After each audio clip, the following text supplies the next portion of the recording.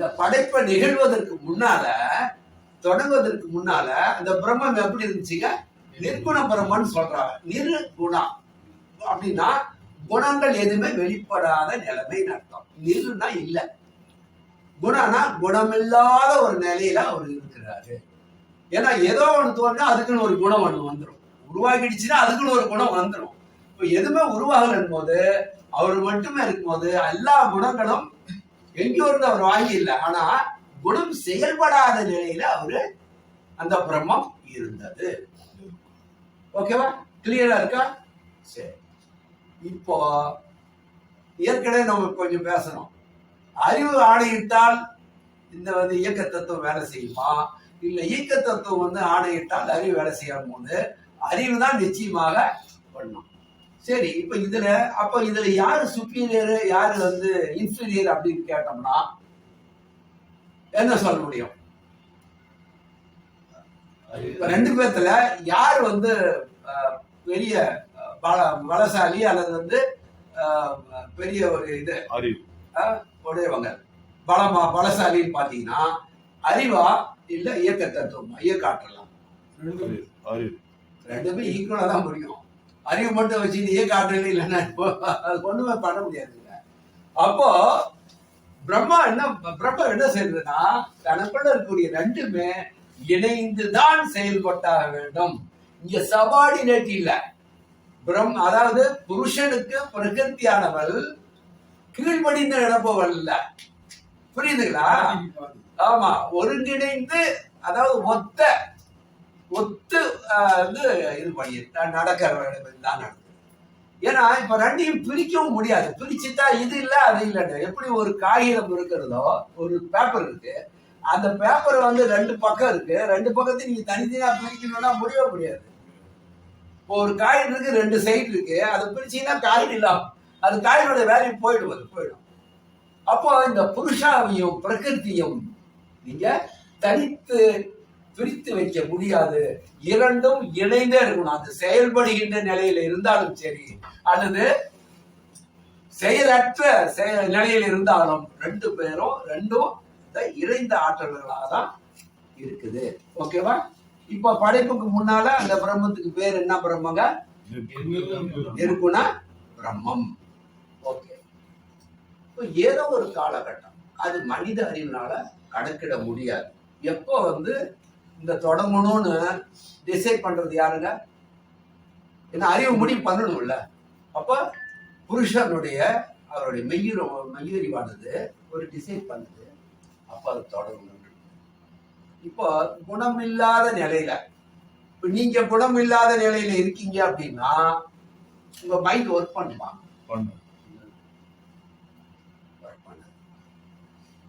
அதே மாதிரிதான் அவரு பிரம்மமானது செயலற்ற நிலையில, குணங்கள் வெளிப்படுத்தாத நிலையில அவர் அப்படி இருக்கும்போது அவரு தனியாவே அவர் இருக்கிறதுக்கு அவரு வேற ஒரு பிளான் பண்ணணும். ஏன்னா அறிவு இருக்குது, எதையோ ஒண்ணு செஞ்சுருக்காங்க. அறிவுன்னு ஒண்ணு இருந்தா, மனம் என்ற ஒண்ணு இருந்தால் எதையோ ஒண்ணு செஞ்சாகணும். அப்ப அந்த பேரறிவு என்ன பண்ணுது அப்படின்னாக்கா என்ன செய்யலாம் அப்படின்னா, எதையாவது செய்யணும்னா ரெண்டாவது ஒரு பொருள், உங்களுக்கு ஏதாவது ஒரு பொருள் செய்யணும், இட்லி பண்ணணும்னா உளுந்து வேணும், அது வேணும், இதெல்லாம் எடுத்துக்கிறீங்க இல்லையா? எதாவது செய்வதற்கு ஏதாவது ஒண்ணு வேணும். ஆனா இப்ப பிரம்மம் எதையாவது செய்யணும் முடிவு பண்ணா என்ன செய்யும்? எங்க இருந்து எடுத்துக்கும் பொருளை? பஞ்சபூதங்கள் அவர் கிரியேட் பண்ணது அப்புறம் தானே. அது அவரை தானே கிரியேட் பண்றாரு. கிரியேட் பண்ணது அவர் தான் கிரியேட் பண்றாரு.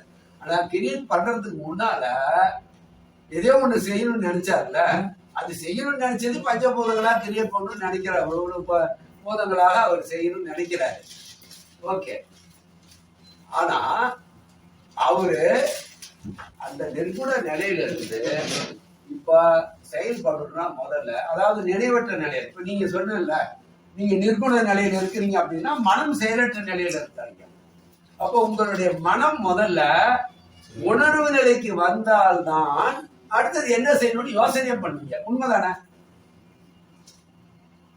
நீங்க செயலற்ற நிலையில இருக்கும்போது உங்க மனம் வந்து முதல்ல வெளிப்பாடு நிலைக்கு வந்தாதானே அடுத்தது ஆக்ஷனுக்கு இறங்குவீங்க. நான் எழுந்திருக்கணும், எங்க இருக்க, என்ன, எப்படி வந்தீங்க, அடுத்தது ஆக்ஷன் என்ன பண்ணணும் அப்படின்றது போவீங்க.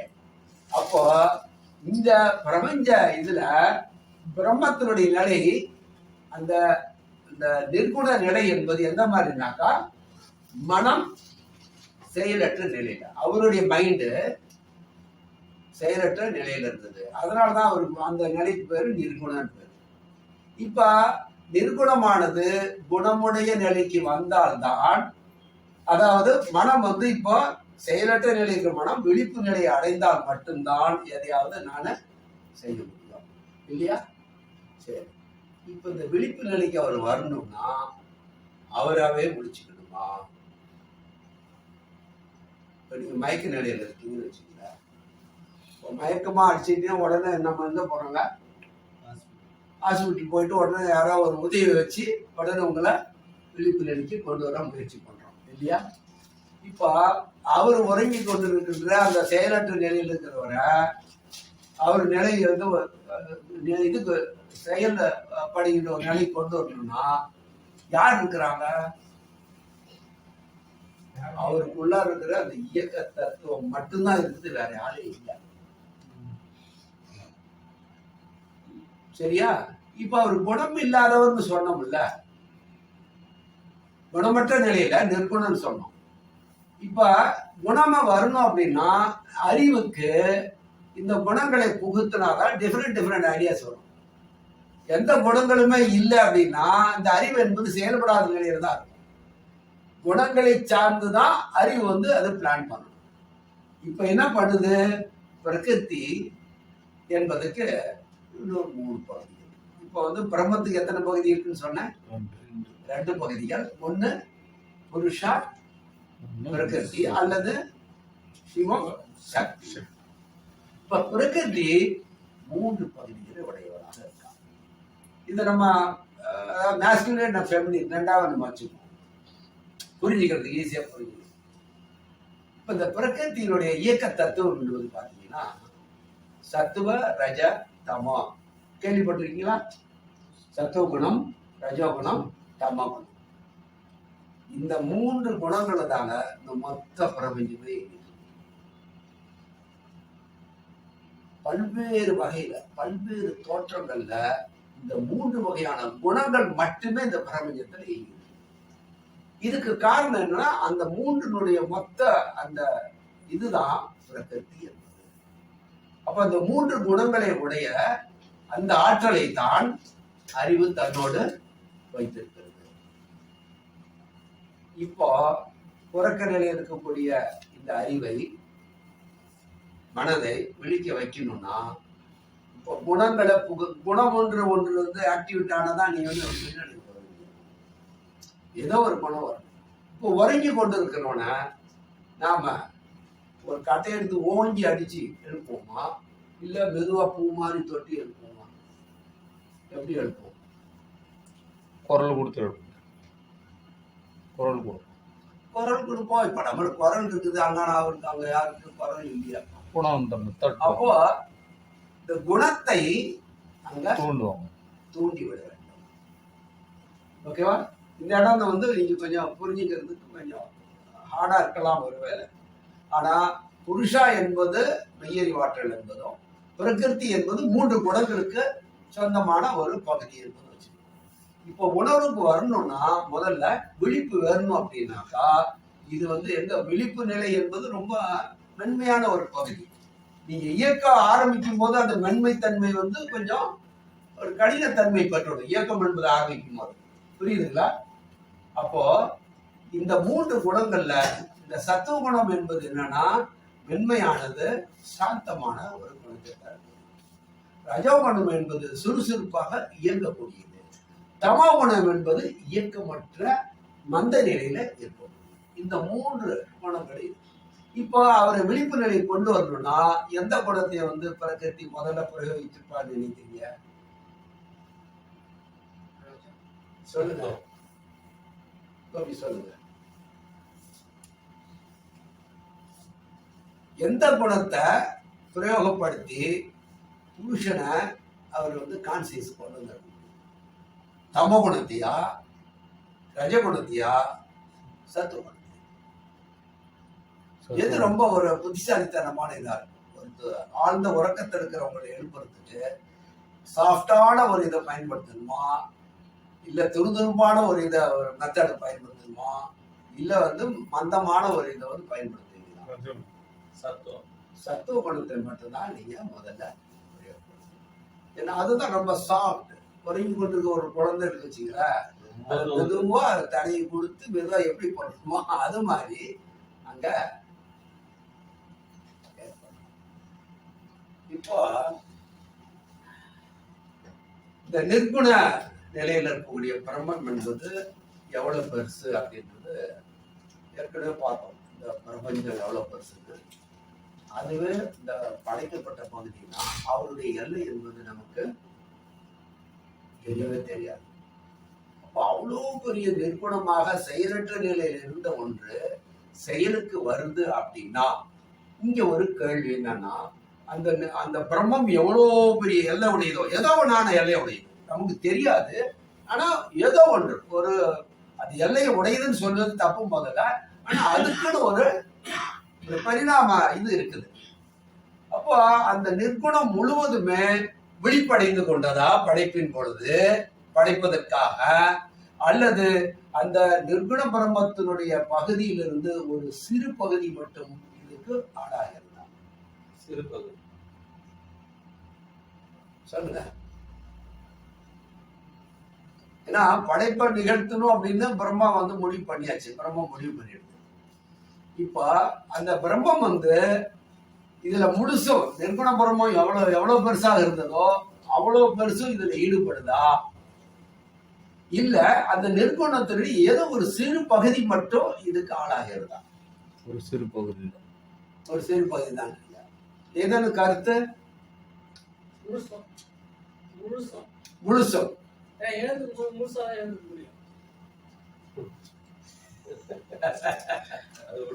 அது நம்ம பாடி மாதிரி நீங்க கற்பனை பண்ணிக்கலாம். இது மைண்ட். இப்ப மைண்ட் நான் பேசுறது ஒரு பகுதி கேட்டுட்டே இருக்குது, இன்னொரு பகுதி வேற யாராவது திங்க் பண்ணிட்டே இருப்பான். மைண்ட் இருக்குல்ல, நான் பேசுறதையும் கேட்டுட்டு இருக்கோம், இன்னொரு பகுதி நான் பேசுறது அர்த்தத்தை புரிஞ்சுக்கிட்டு இருக்கோம், ட்ரை பண்ணிக்கிட்டு இருக்கோம். ஏன்னா ஒவ்வொருத்தருக்கும் ஒவ்வொரு மாதிரி லெவல்ல இருப்பீங்க. நீங்க நான் பேசுறது எல்லாருக்கும் காதுல கேக்குது, ஆனா நீங்க ஒரு மாதிரி அதை திங்க் பண்ணி அண்டர்ஸ்டாண்ட் பண்ணிட்டு இருக்கீங்க. ஐயா ஒரு மாதிரி திங்க் பண்ணிட்டு அதை அண்டர்ஸ்டாண்ட் பண்ணிட்டு இருப்பாரு, வேற லெவல். அதெல்லாம் இன்னொன்னு என்ன காட்சியா பார்த்துட்டு இருக்குது. இப்ப நான் காட்சி தெரியல, உங்க மைண்டு தான் பார்த்துட்டு இருக்குது. எத்தனை பகுதியான அது இருக்குது பாத்தீங்களா? அது மாதிரி அந்த குணமற்ற நிலையில் இருக்கிற ஒன்று ஒரு செயல்பாட்டில் இறங்கும் போது ஒரு சிறு பகுதி மட்டும்தான் அதுல ஈடுபடும். உங்க மைண்ட்ல எப்படி ஒரு பகுதி மட்டும் தான் நீங்க பயன்படுத்துவீங்க. சாதாரண எப்படி சொல்லுவாங்கன்னா, மைண்டை பயன்படுத்துறத உங்களுடைய அறிவுல வந்து 1% தான் மனுஷனுங்களே அறிவை பயன்படுத்துறாங்க, 99% பயன்படுத்தல அப்படின்னா அறிவினுடைய கண்டெய்னர் மைண்டு. அப்ப அறிவு 1% தான் பண்ணா உங்க மைண்டினுடைய அந்த இதைய வந்து நீங்க இன்னும் பயன்படுத்தல அர்த்தம். சோ அது மாதிரி இந்த நிர்குணத்தினுடைய நிலையில இருந்து ஒரு சிறு பகுதி மட்டும்தான். ஏன்னா அவர் மைண்டா இருக்காரு, பாடியில இல்ல. அவர் வந்து காஸ்மிக் மைண்ட். அது அவருக்கு உடம்பு தேவையில்லை. உங்களையே கூட நீங்க மைண்ட்ல நினைச்சீங்கன்னா, மைண்ட்ல என்ன கிரியேட் பண்றீங்களோ அது உங்க மைண்டுக்குள்ளாரையே கிரியேட் பண்ண முடியாது. என்னாலையும் பார்க்க முடியாது, நீங்க மட்டும் தான் அதை பார்க்க முடியும். அது மாதிரி மைண்டுக்குள்ள அவர் என்ன நினைக்கிறாரோ அதை மைண்டுக்குள்ளதான் அவர் செஞ்சுட்டு இருக்க முடியாது. மைண்டை விட்டு அவர் வெளியில போக முடியாது. உங்க மைண்டினுடைய எல்லையை விட்டு நீங்க வந்து வெளி உலகத்தை வந்து உங்களை சுத்தி இருக்கிறதுனால மைண்ட் வந்து வெளியில போகணும்னு நினைக்குது. ஆனா உங்களுக்கு வெளியில எதுவுமே இல்லை, மைண்ட் எங்க போகும்? வெளியில போக முடியுமா? அப்ப இந்த பிரபஞ்சம் முழுவதுமே அவர் மைண்டுக்குள்ள அவர் தான் கிரியேட் பண்றாரு போது, அவர் மைண்டுக்குள்ள தான் எல்லாத்தையும் பாக்குறாரு, கிரியேட் பண்றாரு. அப்ப ஒரு சிறு பகுதி மட்டுமே இங்க இந்த படைப்பு என்ற எல்லைக்குள்ளார வருகிறது. அப்போ இப்ப என்ன ஆகுதுங்க, நிர்குண பிரம்மம் என்பது 2 பகுதிகளாக பிரிகிறதா? நல்லா தெளிவா ஸ்டெப் பை ஸ்டெப்பா நீங்க புரிஞ்சுப்போம். நிர்குண பிரம்மம் இப்ப என்ன ஆகுது, 2 பகுதிகளாக பிரியுது. அப்படி பிரிகின்ற பொழுது மிகப்பெரிய ஒரு பகுதி மிகச்சிறிய ஒரு பகுதியாக இருக்கும். ஈக்குவலாவோ 50% இல்லை, மிகச்சிறிய பகுதி தான் அது. ஏன்னா பிரம்மம் எப்பயுமே பிரம்மமாக இருக்கும். அது குறிப்பிட்ட காலகட்டத்துக்கு அது ஏதோ ஒரு இதை அது செய்யணும்னு நினைக்கும் போது அதுக்குள்ள முயற்சி செய்யும். ஸோ நீங்க புரிஞ்சிக்க வேண்டியது என்னன்னா, இந்த மாற்றம் அடைந்த பகுதி வந்துச்சுல, இப்போ சாதாரணமா பார்த்தீங்கன்னா எந்த ஒரு பொருளுக்குமே அதுக்கு ஒரு மைய கரு என்று ஒன்று, நியூக்ளியஸ்ன்னு சொல்லுவோம். அது தாட்டு கூட சரி, உங்களோட தாட்டுக்கும் அதுக்கு ஒரு மைய இது சப்ஜெக்ட், அதான் அதனுடைய நியூக்ளியஸ். அதை சார்ந்து அது மைண்ட் அதை பற்றி தாட்ஸ் டெவலப் பண்ணிக்கிட்டே இருக்கும். அதை நம்ம நியூக்ளியஸ்ன்னு சொல்லுவோம். அது மாதிரி ஒற்றை பொருளாக இருந்த அந்த நிர்குண பிரம்மத்தினுடைய மையக்கரு என்று ஒன்று இருந்தது இல்லையா? இப்போ இரண்டா பிரிகின்ற பொழுது இந்த பிரிந்த பகுதிக்கு ஒரு நியூக்ளியஸ் ஃபார்ம் ஆகி ஆகணும். எப்போ ஒரு புதுசா ஒன்று கிரியேட், அதுக்குன்னு ஒரு கண்ட்ரோலிங் பாயிண்ட் இருக்குல்ல, நியூக்ளியை அல்லது நியூக்ளியஸ் சிங்கிள்ல சொன்னோம். அப்போ இதுக்கு என்ன ஆகுதுங்க, தனியாக ஒரு நியூக்ளியஸ் ஃபார்ம் ஆயிடுச்சு. ஃபார்ம் ஆனதுக்கு அப்புறம் இப்ப அங்க குணம் வராத வரையில அவருக்கு பேர் என்னங்க, இருக்கணும். இப்போ அதனுடைய ஒரு சிறு பகுதி விழிப்படைஞ்சிருச்சு. அந்த பகுதி விழிப்படைஞ்ச உடனே அது தனியா ஒரு போர்ஷன் ஆயிடுச்சு. இப்ப அந்த போர்ஷனுக்கு ஒரு தனியா நியூக்ளியஸ் வந்துருச்சு. சரியா? எப்போ உணர்வு என்ற ஒன்று மனதுக்கு நான் இருக்கிறேன். இப்பதான் அவர் நான் யாருன்னு இல்லாத நிலையில தான் இருந்தாரு. நிர்குணம்னா நான் யாருன்னு அவருக்கு தெரியாம நிலையில இருந்தாரு. இப்ப நான் இருக்கிறேன் அப்படின்ற நினைப்புதான் முதல்ல அவருக்கு வரும். அப்புறம் தான் என்ன செய்யணும்னு வரும். உங்களுக்கு கூட நினைவுல வந்துட்டீங்கன்னா, நினைவுக்கு வந்துட்டீங்கன்னா, நீங்க நினைவுக்கு வந்த உடனே நான் இருக்கேன்ற நினைப்பு தான் இருக்கும். நம்ம இருக்கிறோம், ஆனா அடுத்த எங்க இருக்கோம், அடுத்தது எங்க இருக்கோம், ஏன் இங்க அடுத்த நினைப்பு தான். ஆனா ஃபர்ஸ்ட் நம்ம இருக்கிற நினைப்பு முதல்ல அறிவு உணரும். அப்போ இந்த காஸ்மிக் மைண்ட், இறை மனம், நான் இருக்கிறேன் என்று மைண்ட் ஃபார்ம் ஆயிடுச்சு. இப்போ இது ஒண்ணு தெளிவா போயிட்டு இருக்கா? இப்போ நிர்குணமான இருந்ததுல இருந்து ஒரு பிரிவு புரிஞ்சு அதுக்கு குணமுடையதாக மாறும்போது மைண்ட் ஃபார்ம் ஆகுது. சரியா? இந்த முதல் நினைவு நான் இருக்கிறேன்ற ஃபீல் வரணும். இப்ப யாருக்கு வருது நான் இருக்கின்ற நினைப்பு? உங்களுக்கா பிரம்மத்துக்கா? பிரம்மத்துக்கு வருது நான் இருக்கின்ற நினைப்பு. சரியா? அப்போ இந்த நான் இருக்கிறேன் என்ற உணர்வு அந்த மைண்ட்ல வருகின்ற பொழுது அந்த நான் இருக்கிறேன்ற உணர்வுக்கு பேரு மகம்னு பேரு. இப்ப மைண்ட் ஃபார்ம் ஆகுது சகுன பிரம்மத்துக்கு, தனியா ஒரு போர்ஷன்ல. இப்ப முதல்ல என்ன நடக்குது அப்படின்னா, ஒரு நான் சொன்ன ஒரு நியூக்ளியஸ் அதுக்கு ஒரு மைய கரு என்ற ஒன்று இருக்கணும் அந்த ஏரியாவுக்கு. இப்ப அந்த ஏரியாவுக்கு ஒரு மைய கரு இருக்கும் போது இப்ப அவர் யாருன்னா சகுன பிரம்மம். அந்த மைய கருவுக்கு பேரு சகுன பிரம்மத்தினுடைய மையக்கரு. அதுக்கு பேரு புருஷோத்தமன். அந்த மைய கருவுக்கு பேரு புருஷோத்தமன்.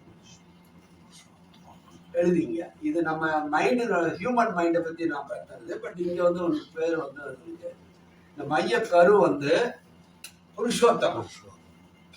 சரியா? இந்த மைய கருவுக்கு புருஷோத்தமன் பேரு. இப்போ முதல்ல அந்த பிரகிருதி தன்னுடைய குணத்தை எந்த குணத்தை பிரயோகப்படுத்துறாங்க? முதல்ல சத்துவ குணத்தை பிரயோகப்படுத்தும் போது நான் இருக்கிறேன்ற உணர்வு வருகிறது. என்னங்க, என்ன உணர்வு? நான் இருக்கிறேன், இந்த எக்ஸிஸ்டென்சியல் ஃபீலிங். அதுக்கு பேரு மகம். இதான் மைண்டினுடைய ஃபர்ஸ்ட் லேயர். நான் இருக்கின்ற நினைப்பதான் மைண்டினுடைய முதல் லேயர். அது பிரம்மத்துக்கும் சரி ஜீவனுக்கும் சரி, ரெண்டுக்கும் காமன். அடுத்தது இது வந்ததுக்கு அப்புறமேட்டு எதையாவது விழிப்பு வந்தோம்னா அடுத்தது நீங்க எழுந்திருக்கணும். நான் எங்கேயோ இருக்கேன், எழுந்தியா வீட்டுக்கு போகணும், ஏதோ ஒரு ஆக்ஷன் நீங்க இறங்கணும் இல்லையா? அப்போ இந்த ஆக்ஷன்ல நீங்க இறங்கணும்னா அதுக்கு ஒரு எனர்ஜி வேணும். அந்த எனர்ஜி எங்க இருந்து வருதுன்னா பிரகிருத்தினுடைய ரஜோகுணம். சோ பிரகிருத்தினுடைய ரஜோகுணத்தை அவங்க கொடுக்கின்ற பொழுது செயல்படுகின்ற ஆற்றல் அங்க பிரம்மத்துக்கு கிடைக்குது. சரி, அதுக்கு பேர் என்னங்க? அகம். அகம். சரி, இப்ப செயல்படணும்னு நினைக்கின்ற பொழுது நினைப்பதை என்ன பண்ணணும்? செய்து முடிக்கணும் இல்லையா? அப்போ அதாவது செயலை செய்யப்பட்ட பகுதிகளாக என்ன நினைத்ததோ அதை செய்யப்பட்ட பகுதியாக மாறுகின்ற பொழுது அதுக்கு பேரு சித்தம். இது எல்லாமே மைண்டினுடைய எல்லைக்குள்ளார் தான் இந்த 3 பகுதிகளுமே இருக்குது. சரி, இப்போ இங்க புருஷோத்தமன் மைய கருவாக இருக்கிறார். எதுக்கு? சகுன பரமத்தினுடைய மைய கருவாக இருக்கிறது. டோட்டல் இந்த மைண்ட் மட்டும் தான், இந்த மைண்டுக்குள்ளார தான் எல்லாமே அவரை பொறுத்தரணும். அப்போ அவருக்கு பேரு சகுன பரமா, அதனுடைய மையக்கருவுக்கு பேரு புருஷோத்தமன். அதனுடைய தன்னுடைய அந்த அகம் என்ற மகம் என்ற பகுதி நான் இருக்கிறேன்ற பிரம்மத்தை நினைப்பு வந்துச்சு. அடுத்தது நான் என்ன செய்யணும்னு நினைக்கிறது, செஞ்சதை செய்து முடிக்கப்பட்ட ஒரு இதா பகுதியாக உருவாகிறது. அதே மைண்டுக்குள்ள தான் அவர் அதை பார்க்கணும். உதாரணமா நீங்க இப்போ ஒரு மைண்டுக்குள்ள ஏதோ ஒண்ணு நினைக்கிறீங்க. இப்போ ஒரு குலாப் ஜாமுன் நினைக்கிறீங்க வச்சுங்களேன். இப்போ முதல்ல நீங்க இருக்கிறீங்க நினைச்சீங்க. அடுத்தது இப்போ குலாப் ஜாமுன் வேணும் அப்படின் போது உடனே என்ன பண்றீங்க? குலாப் ஜாமுன் செய்யறதுக்கான ஏற்பாடு செய்வீங்க. செய்து முடிச்சோன்னு குலாப் ஜாமுனை ரெடி பண்ணிடுவீங்க. அது மாதிரி குலாப் ஜாமுன் செய்யணுன்றது அகம். அடுத்தது குலாப் ஜாமுன் ரெடி ஆயிடுச்சு சித்தம். புரியுதுங்களா? இப்போ இது பிரம்மத்தினுடைய காட்சி பகுதிக்கு முன்னால இப்ப யாரு இதை கிரியேட் பண்ணாங்க? நிர்குணமா சகுனமா? இப்ப இந்த கிரியேஷன் என்ன பண்ணணும்னு தோன்றது யாருக்கு? சகுன பிரம்மத்துக்கு மைண்டுக்கு தோணுச்சா இல்ல நிர்குணத்தினுடைய மைண்டுக்கு தோணுச்சா? எதையோ ஒண்ணு செய்யணும். என்ன செய்யணும்னு தோணுச்சு? கிரியேட் பண்ணணும்னு நினைச்சது. ஏன் கிரியேட் பண்ணணும்னு நினைச்சதுன்றதையும் பார்ப்போம். சரியா? அப்ப இந்த பகுதி இப்ப நம்ம பேசிட்டு இருக்கிற இந்த மைண்டை பத்தி பேசுறது நிர்குணத்தினுடைய மைண்டை பத்தி பேசுறோமா இல்ல மாற்றமடைந்த சகுன பரமத்தினுடைய மைண்டை பத்தி பேசிட்டு? ஏன்னா நிர்குணத்துக்கு மைண்ட் ஃபார்மேஷன் அது ஸ்லீப்பிங் ஸ்டேட்ல இருக்குது. மைண்ட் இப்ப ஸ்லீப்பிங். மைண்ட் வெளிப்படையது என்பது சகுன பரமன்ற எல்லைக்குள்ளார தான் மைண்டு. அப்ப சகுன பரமம் தான் இந்த பகுதி. அப்ப சகுன பரமம் தான் எதையோ ஒன்று செய்யணும்னு நினைக்குது. அப்ப நினைச்சதுக்கு அப்புறமேட்டு ஒன்றை செய்யுது. இப்ப பாருங்க, சித்தம் என்பது இந்த அகம் என்ன நினைச்சதோ அதை செய்து முடிச்ச பகுதி.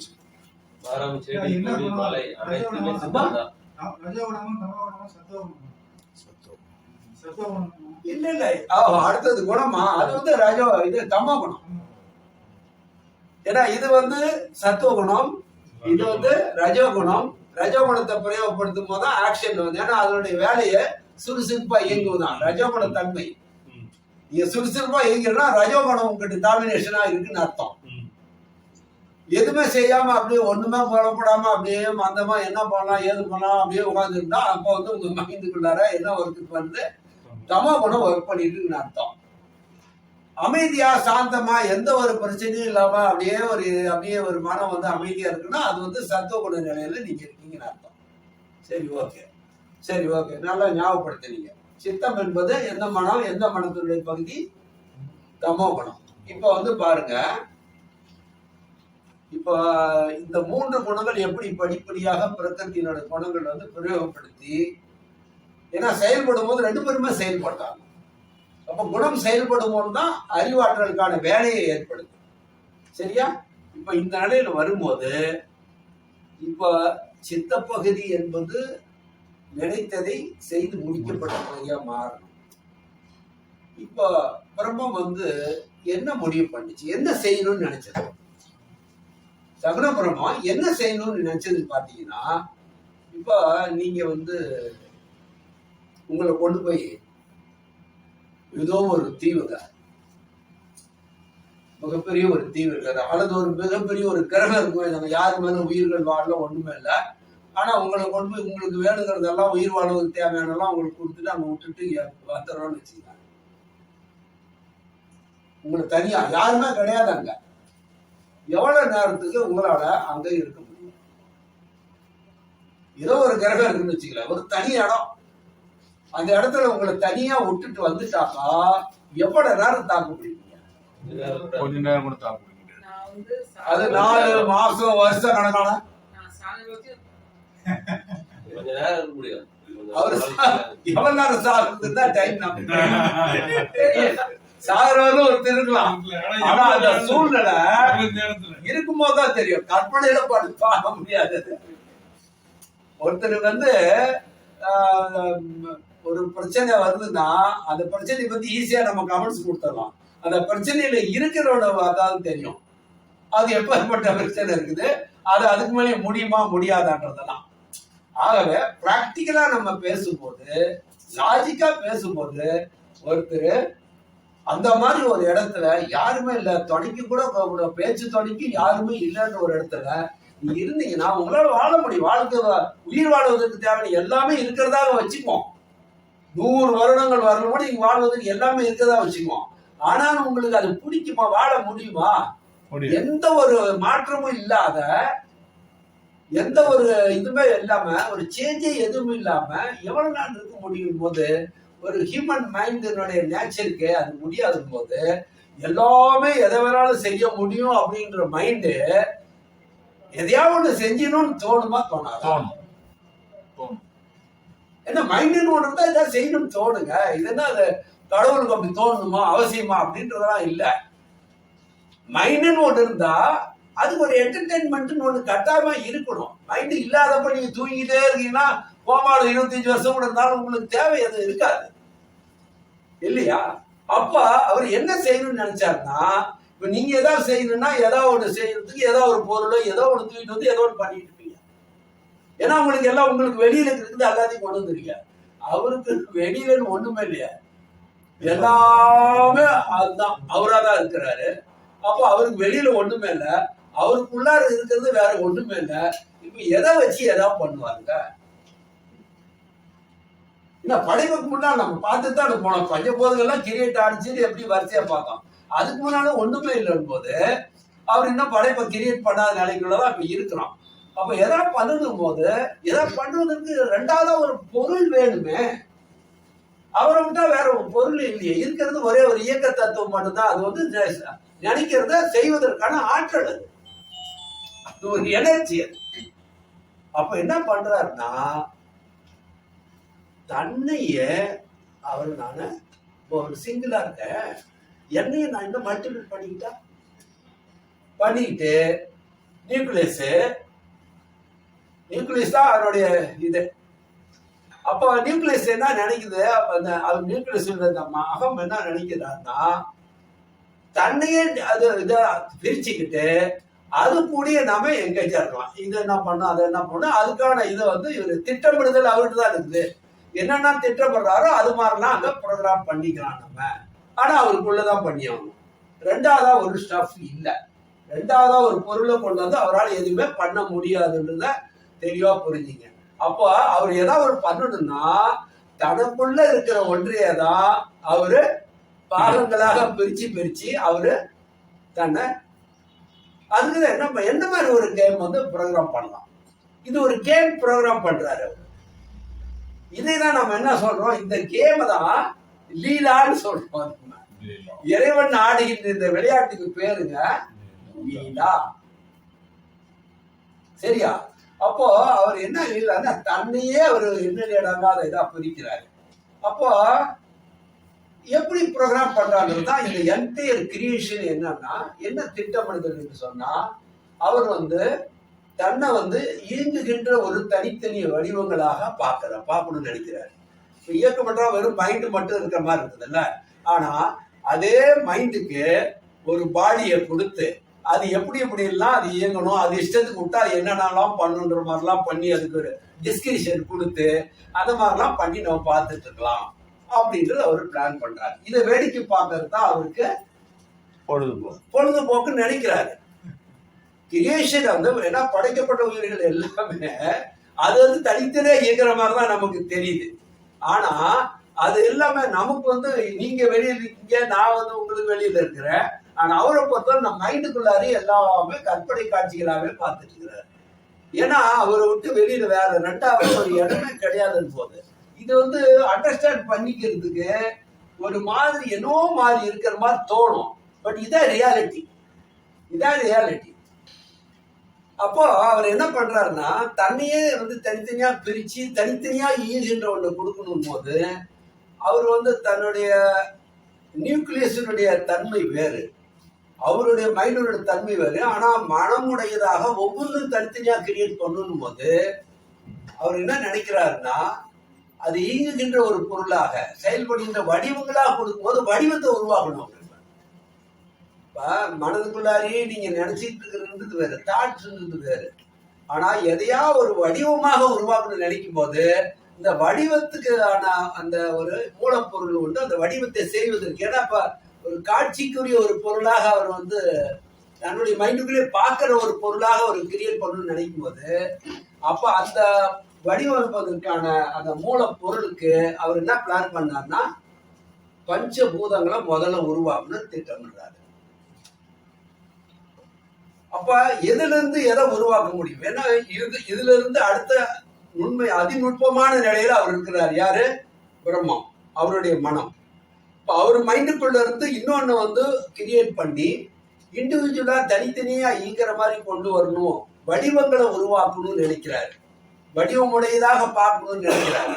தன்னுடைய மைண்டு வடிவமுடைய ஒன்றை பார்க்குது, வடிவம் இல்லாத அவரு வடிவமுடையவதாக ஒன்றை வந்து அது வந்து ஒன்று எப்படி இருக்குதுன்னு பார்க்கணும் நினைக்கும் போது இந்த வடிவங்களை ஸ்ட்ரக்சரை உருவாக்குறதுக்கு அங்க மூலப்பொருள்கள் ஒன்று தேவை. அதையும் அவரோட மைண்டோட ஸ்டஃப்பை வச்சு அவர் என்ன பண்றாரு, பொருள்களாக கிரியேட் பண்றாரு. முதல்ல எதை உருவாக்குறாரு? பஞ்சபூதங்களை உருவாக்குறான்னு சொன்னேன். சரி, இதுக்கு என்ன காலகட்டம் எடுத்துக்கிட்டாரு? இப்ப இதுவரையிலும் எதுவுமே தோற்றத்தை உருவாக்கல, ஏதாவது செய்யணும் அப்படின்னு அவருடைய திங்க் பண்ண மைண்டு செஞ்சதுக்கு அப்புறம் தான் அடுத்தது சித்தத்துக்குள்ளார அது வரும். இப்ப இன்னும் எதுவும் கிரியேட் பண்ணலன்னும் போது சித்தம் என்பதே இன்னும் வரல. இன்னும் திங்கிங்ல தாட் ப்ராசஸ்ல இருக்கு என்ன பண்ணணும்ன்றது.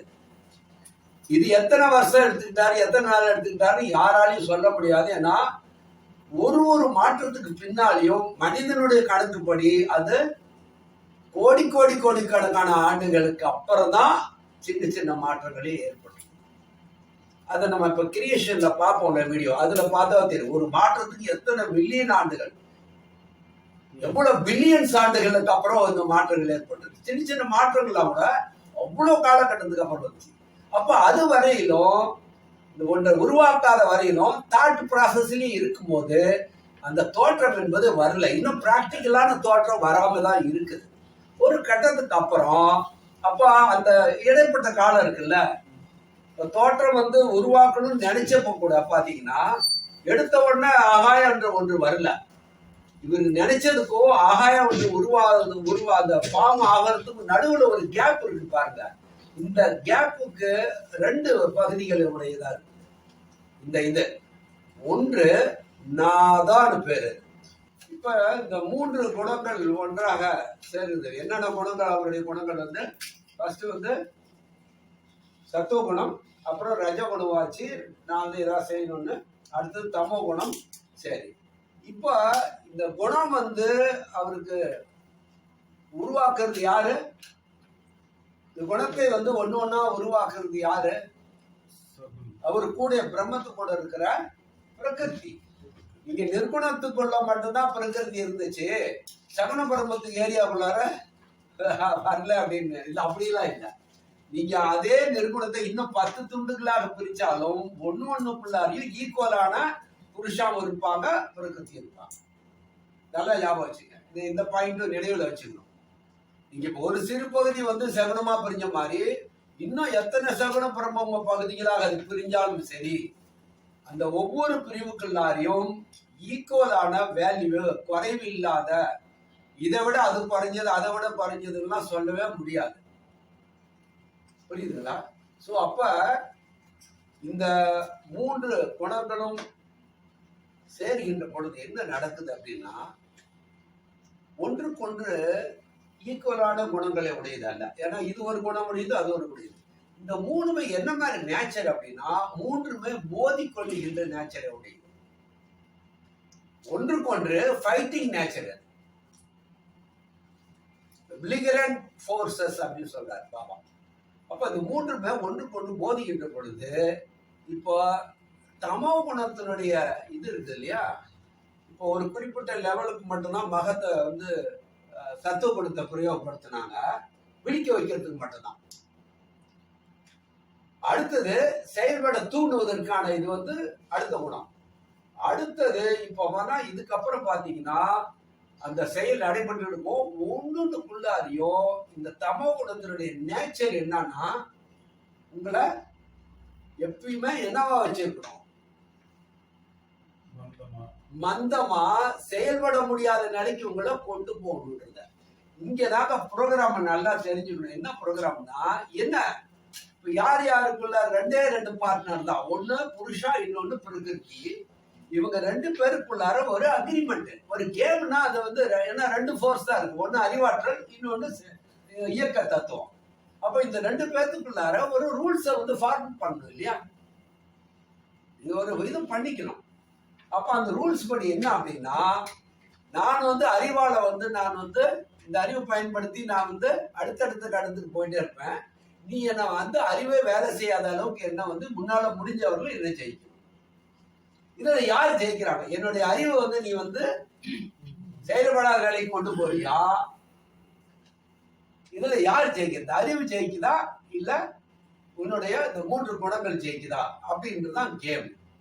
அப்படி பார்க்கும்போது இப்போ படைப்பு என்ற ஒன்று மைண்ட் வந்து ஃபார்ம் ஆகிறதுக்கு முன்னால அவருடைய மைண்டினுடைய நிலை சூட்சுமமாக இருந்ததா, ஏன்னா ஆகாயம் என்ற ஒன்று தோன்றிடுச்சுனாவே ஆகாயம் என்ற ஒன்றைய வந்து அவர் உருவாக்குறாரு.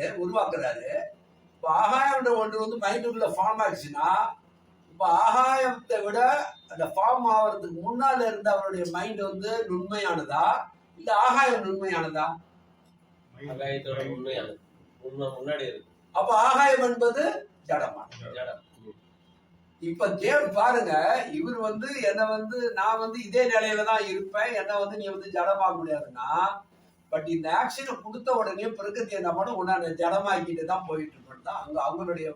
அப்ப என்ன குணத்தை வந்து அதிகமா பயன்படுத்துறாங்க, இதுக்கப்புறம் தொடர்ச்சியாக பயன்படுத்துகின்ற அதிக பலமாக பயன்படுத்துகின்ற பகுதி அந்த இது என்னன்னா தமோ குணம் தான். அந்த தமோ குணத்தை பிரயோகப்படுத்துறதாலதான் இது ஜடமானுச்சு. மேலும் பிரயோகப்படுத்தணும் அதை விட ஜடமான இன்னொரு பொருள் அதுல இருந்து உருவாகுது. எதுல இருந்து? ஆகாயம் என்ற ஒன்று. ஆனா அந்த ஆகாயம் என்ற ஒன்று உருவாகிறதுக்கு முன்னாலே ஒரு காலகட்டம் இருக்குது. அந்த இடைவெளிக்கு பேரு நாதான் பேரு. அது வந்து ஒரு ஸ்ட்ரெயிட் லைனா தான் போகுது. அங்க வந்து கர்வேச்சரே எதுவுமே இல்லை படைப்புல. ஒன்றிலிருந்து ஒன்றிலிருந்து இன்னொரு. அப்ப இந்த இடைப்பட்ட காலத்துக்கு பேரு நாதா என்றும், இந்த எப்ப வந்து கிரியேஷன் ஸ்டார்ட் வரும் இது வந்து ஆகாய தத்துவம் வந்து ஃபார்மா ஆரம்பிச்ச உடனே கலா என்ற வளைவுகள். ஸோ கர்வேச்சர் ஸ்ட்ரெயிட் லைன்ல இருந்தது, இப்ப என்னாச்சு கர்வேச்சர் ஆகுது. படைப்பு வந்து பல்வேறு வகையான விதவிதமான இதுகள் உருவாக ஆரம்பிக்குது. ஒரு முதல்ல கிரியேஷன் தான் ஆகுதுங்க ஆகாயம். இப்ப நாங்க கேட்கிற கேள்வி என்னன்னா, பஞ்சபூதங்கள் தான் நமக்கு தெரியும், பிரம்மத்தை பத்தி நமக்கு தெரியாது. ஆனா இதெல்லாம் கிரியேட் ஆனிச்சுன்னா யாரு கிரியேட் பண்ணான்னு பார்த்தா டெஃபினட்டா இது காஸ்மிக் மைண்டு தான் தனக்கு மைண்டுக்குள்ளார இதை கிரியேட் பண்ண முடியும். ஏன்னா பிரம்மத்தை விட வந்து பிரம்மத்தை விட்டு வெளியில வேற ஒரு இடம் இருக்குன்னா அந்த பிரம்மத்தை வந்து நம்ம பிரம்மன்னு சொல்ல முடியாது, பெரியது என்று சொல்ல முடியாது. அப்ப அதை விட வேற ஒன்று இருக்குன்னு அர்த்தம் இல்ல இல்லையே, ஒரே ஒண்ணுதான் பிரபஞ்சத்துக்கு, அது பிரம்மம் தான். அப்போ அவர் மைண்டால மட்டும்தான் இயங்குறாரு. சரிங்களா? இப்போ ஆகாயம் ஒன்று எப்படி உருவானுச்சு? ஆகாயம் உருவாதற்கான மூலப்பொருள் எது? Cosmic mind. இப்போ மைண்டுக்கு வெளியிலே அது உருவானுச்சுன்னா இல்ல, அதுவும் அவரோட மைண்டுக்குள்ளாரையே மாடிஃபை ஆகிட்டே இருக்கு. அவரோட மனம் தான் மையக்கரு இருக்குது. மையக்கருவோட மையக்கரு வந்து மைண்டினுடைய பகுதிக்குள்ள வராது, நியூக்ளியஸ். மகம் சித்தம் மட்டும்தான் மனம் என்ற எல்லை. புரியுதுங்களா? உங்களுக்கும் ஆத்மா என்பது வேறு, மனதுல வந்து உங்களுக்கும் மகம் இருக்கு, அகம் இருக்கு, சித்தம் இருக்கு. ஆனா ஆத்மா என்பது அந்த புருஷோத்தம மையக்கரு, மைண்டினுடைய எல்லையை கடந்தது அது. இதுவும் மைண்டினுடைய எல்லையை கடந்தது புருஷோத்தமன், அங்கேயும் காஸ்மிக் மைண்ட்லயும். புரியுதுங்களா? அப்போ இப்ப வந்து நீங்க தெரிஞ்சுக்க வேண்டியது என்னன்னா, பஞ்சபூதங்கள்லய இங்க அதிநுண்மையான ஆகாயம் என்பது எங்கிருந்து உருவாயிருக்குன்னா, இந்த ஆகாயம் என்பது அவருடைய மைண்டிலிருந்து உருவான ஒரு பகுதி. அந்த பகுதிக்குள்ளாரதான் அவர் எல்லாத்தையும் வைக்க பார்க்கிறார். புரியுதுங்களா? அந்த ஆகாயம் என்ற பகுதி, அந்த ஆகாயம் என்ற ஒரு பகுதியில தான் ஒரு பகுதி அதுவா மாறுது. இப்ப இவருடைய மைண்ட் சித்தம், அதுதான் சித்தம் சொல்றேன். இப்ப மாற்றம் அடைஞ்சிருச்சு, உருவாக ஆரம்பிச்சிருச்சு. இது எல்லாமே எந்த பகுதிக்குள்ள இருக்குது? சித்த பகுதியில தான். இந்த படைக்கப்பட்ட அனைத்துமே அந்த பகுதியில தான் இருக்குது. அத வந்து இங்க இருந்துதான் அவரு வாட்ச் பண்ணிட்டே இருக்காரு. நான் செய்யறதெல்லாம், நான் சொன்னதெல்லாம் எக்ஸாக்டா கரெக்டா போயிட்டு இருக்கா இல்லையா? ஏன்னா ஒண்ணு டிசைன் பண்ணப்பட்டதெல்லாம் இங்க வந்து டிசைன் ஆகிட்டே இருக்கு. சோ இந்த அகம் தான் எல்லாத்தையும் கவனிச்சுக்கிட்டே இருக்குது. புரியுதுங்களா? இந்த இடத்த புரிஞ்சுக்கிட்டீங்களா நீங்க? கலை சரியா? சரி. இப்போ முதல்ல என்ன ஆச்சு? ஆகாயம் ஆச்சா? ஆகாயம் என்பது எங்க வந்து சித்தத்துக்குள்ளதான் உருவாகுது. இதுக்கு வெளியில எதுவுமே இல்லாது நல்லா ஞாபகம். சித்தத்துக்குள்ள ஆகாயம் என்ற ஒன்று, சித்தம் வந்து ஆகாயமா மாறுது. இப்ப அதே ஆகாயமா மாறுது சித்தத்துக்குள்ளார ஒரு பகுதி. எல்லாமே ஆகாயமா மாறிடுச்சு. இந்த ஆகாயம் என்ற ஒன்றுக்குள்ளாரதான் இன்னொரு ஒரு பகுதி என்னவா மாறுது? வாயுவாக மாற்றம் அடையுது. எத்தனை வகையான வாயுக்கள் இருக்குது? யாராலும் கண்டுபிடிக்க முடியாது. இதுவரையிலும் இவங்க கண்டுபிடிச்சது வந்து அந்த எண்ணிக்கை அல்ல, அவ்வளவுதான். ஆனா அதோட முடியல. இதே வந்து 100 வருஷத்துக்கு முன்னால கண்டுபிடிச்ச வாயுடைய எண்ணிக்கை இதை விட கம்மி. புதுசு புதுசா வாயுகள் கண்டுபிடிச்சுதாங்கன்னா கண்டுபிடிக்க முடியாது. ஏன்னா அது வந்து முழுமை மனிதனுடைய அறிவினால எட்ட முடியாது. எத்தனையோ வாயுக்கள் இருக்குது. இப்ப நம்ம உயிர் ஆற்றல் எப்படி உருவானுச்சு, உயிர் ஒண்ணு வந்துச்சுன்னு கேட்டாரு. இப்ப அங்க வரும்போது பாருங்க, ஒரு 10 வாயு வரும். அந்த 10 வாயுல எங்க லிஸ்ட்லயே இல்லை. இப்ப யாரு 102 வாயுனாங்களோ அதுக்குள்ள அந்த வாயுக்களே இல்ல. சரி, நான் டீப்பா அங்க போவேன். அப்போ அந்த ஆகாயத்தினுடைய ஒரு பகுதியில என்னவா மாறுதுங்க? வாயுவா மாறுது. அந்த வாயுனோட ஒரு பகுதி தான் தீயா மாறுச்சு. இன்னும் வாயுமண்டலம் இருந்துகிட்டு தான் இருக்குது. புரியுது உங்களுக்கு? இங்க கன்ஃபியூஸ் ஆகாம போகணும். என்டையர் ஆகாயம் வந்து நெருப்பா மாறிடுச்சா? இல்லையா? ஆகாயம் இருக்குது. அப்போ அதுல இருந்து ஒரு பகுதிக்கு தான் மாறுது. அந்த அந்த வாயுல இருந்து ஒரு பகுதி தான் தீயாக மாறுது. அதே வாயுல இருந்து ஒரு பகுதி வந்து நீராக மாறுகிறது. அதுக்கப்புறம் வந்து அந்த தீயினுடைய ஒரு பகுதியில இன்னமும் எரிஞ்சுக்கிட்டு அங்க துண்டு துண்டா மனுஷன் சூரியன்லாம் அப்படியேதான் இருக்குது. இன்னும் அதனுடைய பரப்பு வந்து கூல் ஆகல. இது நிலம் வந்து நம்ம உருவான மாதிரி, இந்த பூமி வந்து கூலான மாதிரி இன்னும் கூலாகாத எத்தனையோ சூரியன்கள் இருக்கு. நம்ம இந்த வட்டத்துல இருக்கிற சூரியனை மட்டும் நம்ம எடுத்துக்க கூடாது. மில்லியன்ஸ் ஆஃப் கேலக்சி இருக்குன்றான். அதுவும் இவன் அறிவுரை சொன்னதுதான். ஏன்னா அவனால ஒன்றும் பண்ண முடியல, எல்லையை கண்டுபிடிக்க முடியல. 9 கிரகங்களுக்குள்ளாரே அவன் இன்னமும் எத்தனை ஆண்டுகள் ஆயும் கூட 9 கிரகங்களுக்குள்ள போய் கூட அவனால தொட முடியல. தூரத்துல இருந்தா ஒன்னு பார்த்துட்டு இருக்கிறாங்க. இப்படி இருக்கும் அப்படி இருக்கும்.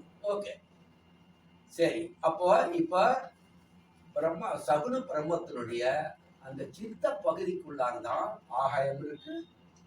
அந்த ஆகாயத்துக்குள்ளார ஒரு பகுதி வந்து வாயு பகுதியா இருக்குது. அந்த வாயு பகுதியில் ஒரு சிலது வந்து தீயா மாறி இருக்கு. அந்த தீய வந்து அதனுடைய இதோட சேர்ந்து இன்னும் வேறு சில வாயுக்கள் சேர்ந்து நீரா மாறி இருக்குது. இது எல்லாமே சித்த பகுதிக்குள்ளாரியே இருக்கிற பல்வேறு பகுதிகள். இப்ப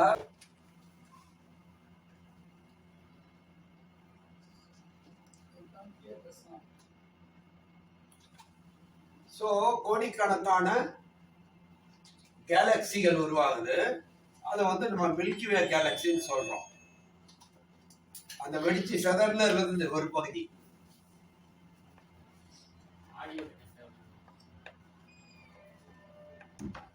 அதுக்கப்புறம் 460 கோடி வருடங்களுக்கு முன்னால இந்த வெடிச்சு சிதறின அந்த நெருப்பு இது இருக்கு இல்லையா,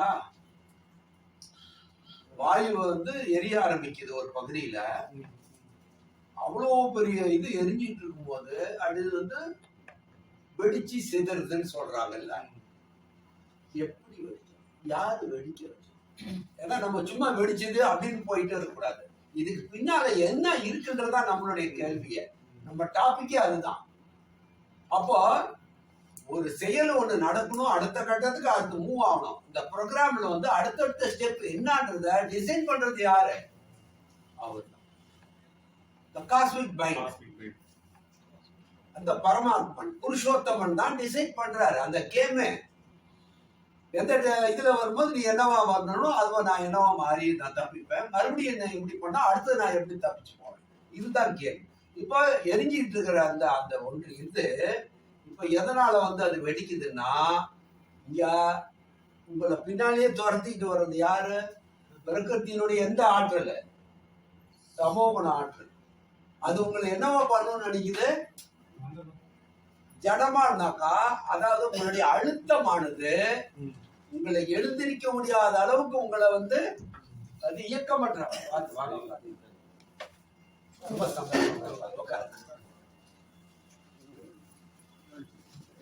அப்போ எரிந்து கொண்டிருக்கின்ற இந்த பிரபஞ்சத்தில் எரிந்து கொண்டிருக்கின்ற அந்த பந்து ஏன் வெடிச்சது? யாரு வெடிக்க வச்சது? தானாவா அது வந்து பிளான் பண்ணி வெடிச்சுக்கிட்டானா? இல்ல, பிரகிருத்தியோட வேலை என்னன்னா, நீ என்ன மாதிரி வடிவம் ஆனாலும் சரி அதை வந்து நான் செதிச்சிருவேன். நீ கண்டினியூ பண்ண முடியாது. அதுக்கு அடுத்தது நீ தப்பிச்சு வேலைக்கு தான் போகணும். அப்போ இந்த பலம் என்ற ஒன்று எங்க இருந்து வருதுன்னா, அழுத்தம் வந்து அந்த பிரகிருத்தினுடைய இந்த தமோ குணத்தினுடைய அழுத்தம் தொடர்ந்து வருகின்ற பொழுது அங்க அது வெடிச்சு சிதறிதான் ஆகணும். அப்படி வெடிச்சு சிதறுகின்ற பொழுது இந்த வான வெளியில இந்த ஆகாய இதுக்குள்ளார எவ்வளவு தூரத்துக்கு அது வெடிச்சு எங்கெல்லாம் போனுச்சுன்னு தெரியாது. அப்படி உருவானதுதான் இந்த நம்ம கேலக்சி. எத்தனாயிரம் பாருங்க, 460 கோடி வருடங்களுக்கு முன்னால இந்த மாதிரி வெடிச்சு சிதறுகின்ற பொழுது அதுல ஒன்று வந்து நம்ம சூரிய குடும்பம்னு சொல்லிக்கிற நம்ம இந்த பகுதி. இப்ப நம்ம பிரபஞ்சத்துல வந்து இருக்கிறதெல்லாம் விட்டுறலாம், நம்ம பகுதிக்குள்ளார வந்துடலாம். இப்ப நம்ம பகுதிக்குள்ள வந்துகிற பொழுது இப்போ இந்த வெடிச்சு சிதறுகின்ற பகுதிகள் சூரியனாக மட்டுமல்ல பல்வேறு துகள்களாக பிரபஞ்சம் முழுசு வருது. அதுல ஒன்று சின்ன சின்ன துகள்கள்லாம் ஒன்னோட ஒன்று இணைஞ்சும் அது என்ன மாறுதுன்னா, ஏன்னா எரிஞ்சிட்டு இருக்கிறது தானே, ஒன்னோட ஒன்று ஒட்டினா அது சேர்ந்து எரிய ஆரம்பிக்கும். அது மாதிரி நம்ம இந்த சூரியனாக இப்படி பெரிய சைஸ்ல ஒண்ணு இருக்குது, அதை சுத்திலும் வந்து நிறைய இந்த மாதிரி வந்து உருவான அந்த சிதறின இதெல்லாம் ஒன்றா இணைஞ்சு உருவானதான் நம்ம என்னன்னு சொல்றோம், கிரகங்கள் என்று சொல்றோம். புரியுதுங்களா?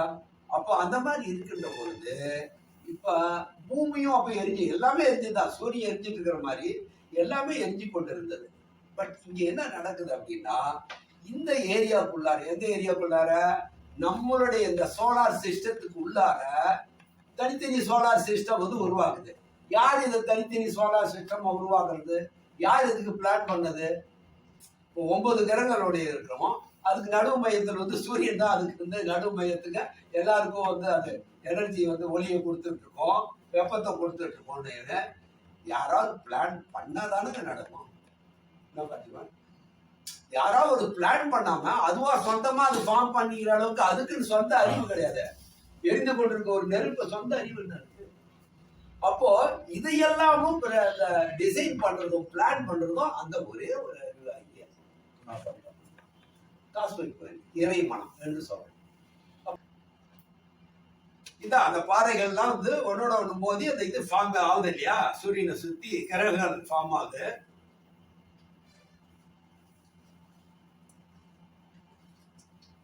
இது மாதிரி ஒரு கிரகம் மாதிரி உருவாகுது. அதுல ஒண்ணு வந்து நம்ம அதுவும் எரிஞ்சு கொண்டிருக்கிற ஒரு பந்து மாதிரி ஒரு ஃபார்ம் ஆயிடுது. இதுதான் நம்மளுடைய எர்த்து. அது ஒரு நெருப்பா தான் எரிஞ்சுக்கிட்டு இருந்தது ஒரு குறிப்பிட்ட காலவாரியெல்லாம். இப்ப அந்த பூமியினுடைய மேற்பரப்பை பாத்தீங்கன்னா எப்படி ஒரு எரிமலை பழம்பு வந்து போடுச்சுன்னா எப்படி இருக்குமோ அப்படிதான் அந்த பூமியினுடைய மேற்பரப்பு ஒரு எரிமலை பழம்பு மாதிரி தான் இருந்திருக்குது. அப்ப இப்ப பூமியினுடைய வெப்பநிலை பாத்தீங்கன்னா ஆரம்ப கட்டத்துல எவ்வளவு இருந்தது? உயிர்கள் வாழ்வதற்கு தகுதியாவா இருந்தது? இல்ல. இவ்வளோ டிகிரி சென்டிகிரேட்ல இருக்குது. இந்த சமயத்துல ஒண்ணு நடக்குது. இங்க பாருங்க.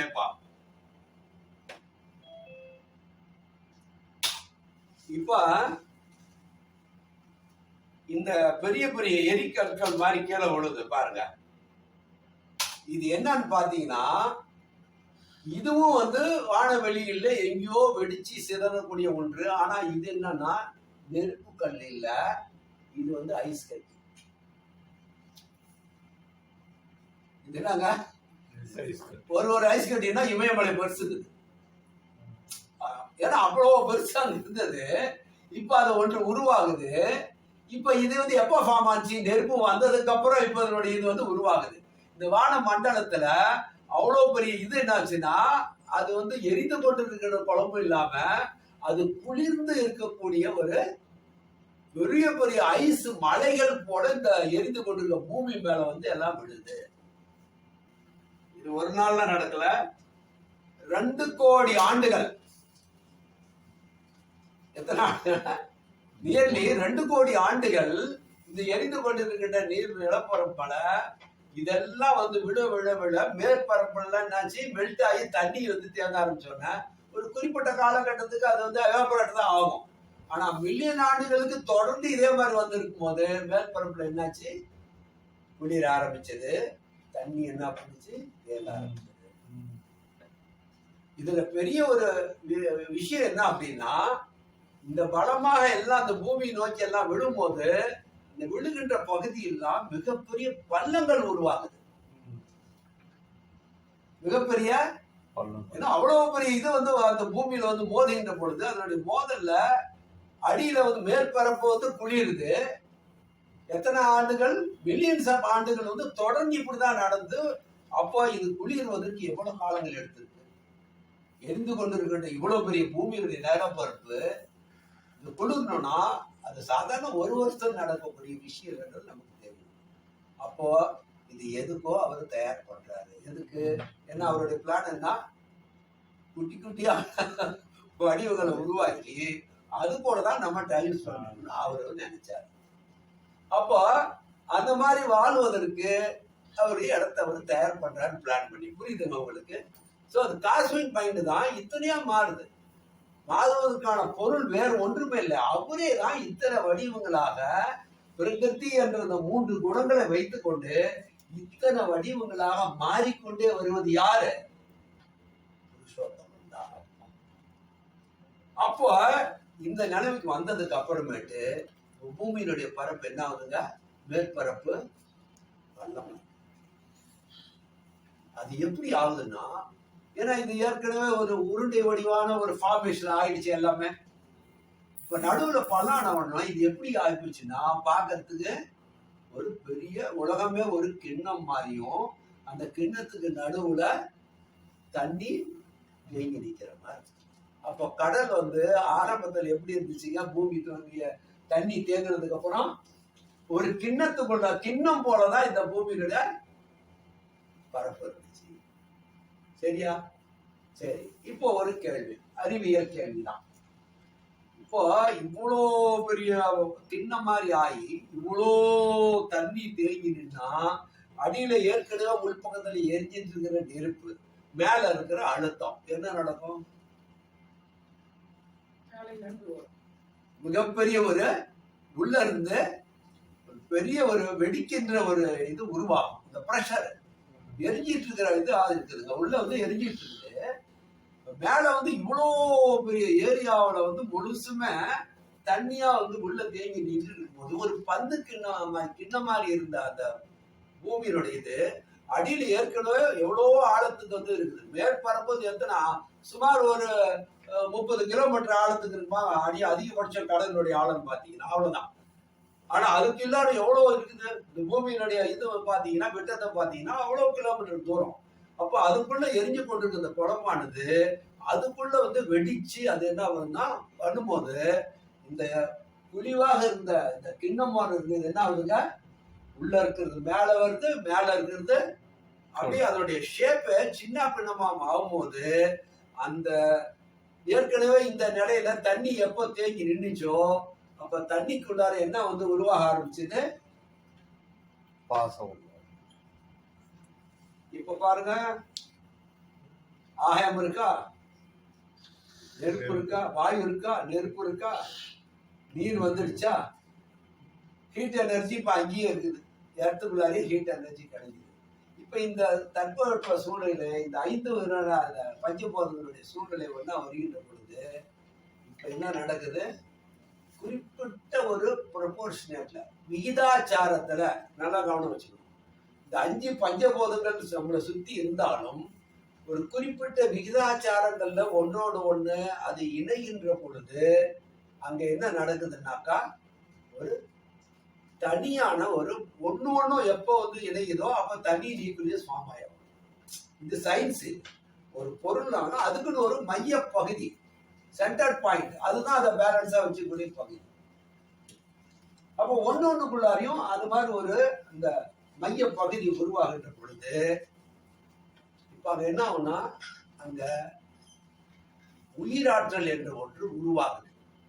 இப்ப இவரு கேட்டார், எப்போ ஒரு தனியான ஒரு ஸ்ட்ரக்சர் ஒன்று உருவாகணுமோ, இப்ப 5 பஞ்சபூதங்கள் சேர்ந்து தானே வருது. இப்ப ஒரு பஞ்சபூதத்துக்கும் அதுக்குன்னு ஒரு மையக்கரு இருக்குமா இருக்கா, இருக்கும். 5 ஒன்னா சேருகின்ற பொழுது அதுக்குன்னு ஒரு மையக்கரு இருந்தாலும் 5 ஒன்னா சேர்ந்தா அந்த 5க்கும் சேர்ந்து ஒரு மையக்கரு உருவாங்க. அப்போ இப்ப அந்த மாதிரி உருவாகும் போது அதுக்குள்ளார அந்த 5 சேர்ந்த ஒரு மையக்கரு இருக்கும், அப்புறம் ஒண்ணுக்கு தனியான மையக்கரு இருக்கணும். இப்போ ஏற்கனவே பிரகிருத்தினுடைய இது வந்து ஒவ்வொரு நிலைக்கு போகும் போதெல்லாம் அதனுடைய அழுத்தம் என்பது பிரகிருதி கொடுத்து கொண்டே இருக்கிறார். எந்த குணத்தை வச்சு, தமோ குணம் என்பது அது என்ன ஜடத்துக்கு கொண்டு போறதுக்கு தான். இப்போ என்ன நடக்குது, உள்ள வந்து ஒரு கரு ஃபார்ம் ஆயிடுச்சு, 5 சேர்ந்து 5க்கும் உரிய ஒரு இது இருக்குது. இப்ப என்னாச்சுன்னா வெளியில இருந்து அழுத்துகின்ற ஒரு ஆற்றல் இத இருக்குது. இப்ப அழுத்தும் போது தன்னை தக்க வச்சுக்கணும்ன்ற உள்ள இருக்கிற மையக்கருவும், இந்த பிசிக்ஸ் படிச்சவங்களுக்கு தெரியும், எந்த ஒரு பொருளுக்கு மேல நீங்க வந்து ஒரு அழுத்தத்தை கொடுத்தாலும் அந்த பொருள் தன்னை வந்து பாதுகாத்துக்கிற அழுத்தத்தை வந்து அதுக்கு எதிர் திசையில தரும் தானே பிசிக்ஸ் தேரி. அப்போ அந்த உள்ள இருக்கிற மையக்கருவுக்கும் மேல இருந்து பிரகிருத்தினுடைய அந்த தமோ குணத்தினுடைய அழுத்தத்துக்கு நடுவில் வருகின்ற பொழுது இந்த உள்ள இருக்கிற மையக்கரு தன்னை தக்க வைத்துக் கொண்டால் ஜெயிச்சிருச்சு அப்படின்னா இந்த 2 படத்துக்குள்ளார ஒன்னொன்னுக்கும் நாங்க நடக்கும். ஒரு பீஸுக்கும் எங்கெங்கெல்லாம் அந்த மாதிரி ஃபார்ம் ஆகுதோ அங்கெல்லாமோ அது மேல வந்து ஒரு அழுத்தம் ஏற்படும் போது எங்க வந்து உள்ள இருக்கிற வெளியே தள்ளுகின்ற அந்த ஆற்றல் வந்து பலம் மிக்கதா இருக்குதோ அப்ப அந்த ஸ்ட்ரக்சர் வந்து டேமேஜ் ஆகாது. ஏன் புரியுதுங்களா, பிசிக்ஸ் தியரி சயின்ஸ் அது எல்லாமே. அப்ப அந்த மாதிரி இருக்கின்ற பொழுது இந்த 5 இதுல பஞ்சபூதங்கள் இருந்து வருது இல்லையா, வெளியிலிருந்து வருகின்ற இந்த எந்த ஒரு அந்த சக்தி எனக்கு கிடைக்குதுன்னா இந்த நம்ம உள்ள மைய கருக்கள் உருவாக சொல்ல இது எல்லாமே பாத்தீங்கன்னா இதுக்கு பேரு சமஸ்கிருதத்துல பிராணம். என்ன பேருங்க, பிராணம். இப்ப உள்ள தள்ளுகின்ற ஒரு இது வந்து 5 வகையா இருக்குது. அதே மாதிரி வெளியே தள்ளுகின்றதும் 5 வகையான அந்த நியூக்ளியஸை தனக்குள்ள வச்சிருக்கு. மேல இருக்கிறதும் 5 பஞ்சபூதங்களுடைய அழுத்தம் என்பதும் புறத்துல இருந்தும் அதுக்கு இருக்குது. ஏற்கனவே ஒரு இது ஃபார்ம் ஆச்சு, ஒரு ஸ்ட்ரக்சர் ஃபார்ம் ஆயிடுச்சு, ஒரு அமைப்பு உருவாகிடுச்சு, ஒரு உடல் அமைப்பு. இப்ப நீங்க ஒரு தாயினுடைய இது உற்பத்தியமாக கூட பாத்தீங்கன்னா ஃபர்ஸ்ட் வந்து கரு வந்து உற்பத்தி ஆகி ஒரு உருவ அமைப்பு தான் உருவாகும். உயிர் வந்து அதுக்கு அப்புறம் தான் அதுல இணையும். உருவ அமைப்பு உருவானதுக்கு அப்புறம் தான் அதுக்குள்ள இயக்க இது வந்து இணைக்கின்ற வேலை நடக்கும். அதே மாதிரிதான் பிரபஞ்சத்துல இப்படி அங்கிருந்து வரும்போது என்ன மாதிரி இருந்து அது உருவாகுதுன்னா இதுல ஜெயிக்கின்ற அந்த ஸ்ட்ரக்சர்ஸ் ஒரு அணுவுடைய உயிரினங்களாக உருவாகுது. இந்த வாயுக்கள் இருக்கு இல்லையா, நான் சொன்னேன்ல 5 பஞ்சபூதத்துக்கும் மைய கருவா இருக்குது. இது எல்லாமே இந்த வாயுக்களுடைய அழுத்தம். ஒன்று 5 அகத்துல இருந்தும் வெளியே தள்ளுறது, இன்னொன்னு புறத்திலிருந்து உள்ள இருக்கிறது. இந்த 10 வகையான அந்த அது வாயுக்கள் இருக்கு இல்லையா, இந்த 10க்கும் சேர்ந்து பேரு பிராணான்னு பேரு. ஆனா ஒண்ணுக்கு தனியா இருக்கும்போது பிராணான்னு பேரு. ரெண்டுக்கும் வித்தியாசம் என்னன்னா, இது பிராணா, அது பிராணா. 10 வாயுக்களும் ஒன்னா சேர்ந்தா அதுக்கு பிராணா. அப்ப இந்த 10 வாயுக்களும் எதுவுமே சிதறாம பாதுகாத்து உள்ள இருக்குமே, ஆனால் அங்க உயிராற்றல் என்பது, அதாவது பிராணா என்பது நிலைத்திருக்கும். அப்ப அது உயிர் வாழக்கூடிய ஒரு ஜீவனாக, ஒரு ஸ்ட்ரக்சராக உருவாகிறது. ஆனா அது எப்படி இருந்துச்சு ஆரம்ப காலங்கள்ல? ஒற்றை செல் உயிரினங்களாக தான் முதல்ல இனிஷியலா ஆரம்பிக்குது. இது எங்க ஆரம்பிக்குது? தண்ணிக்குள்ளாரையா தண்ணிக்கு வெளியிலையா? தண்ணிக்குள்ளாரதான். அப்ப தண்ணிக்குள்ளார அது வாழ்ந்துட்டு இருந்த அந்த உயிரினங்களானது